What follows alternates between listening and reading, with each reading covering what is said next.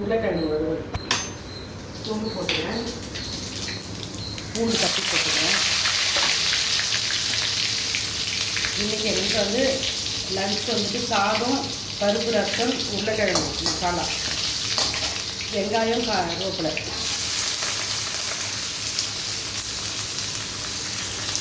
என்ன உருளைக்கிழங்கு எல்லாரும் இப்படி தானே பண்ணுவாங்க அப்படின்னாங்க. கொஞ்சம் வித்தியாசம் வேறு ஒன்றும் கிடையாது. என்னென்னா இது நல்லா வதங்கணும். இது வதங்கிறதுக்காக கொஞ்சம் உப்பு போட்டுக்கலாம். இதுக்கு தேவையான அளவு உப்பு, வெங்காயம் வதங்கிறதுக்கு தேவையான உப்பு. இப்போ இந்த வேக வச்சு உரிச்சிட்டு உருளைக்கிழங்கு போட்டுக்கலாம். மிளகு போட போகிறோம், அதனால் கொஞ்சமாக மிளகாத்தூள், இதுத்தூள்.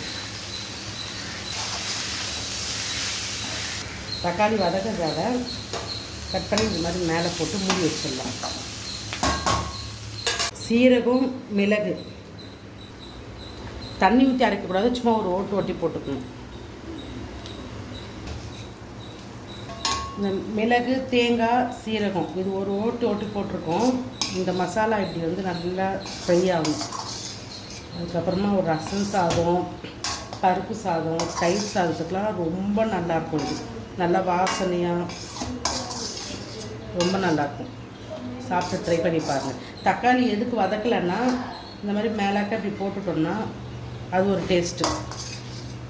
ரெடி. இன்னும் கொஞ்சம் சேர்க்கணும், வீடியோ எடுக்க ஆள் இல்லை.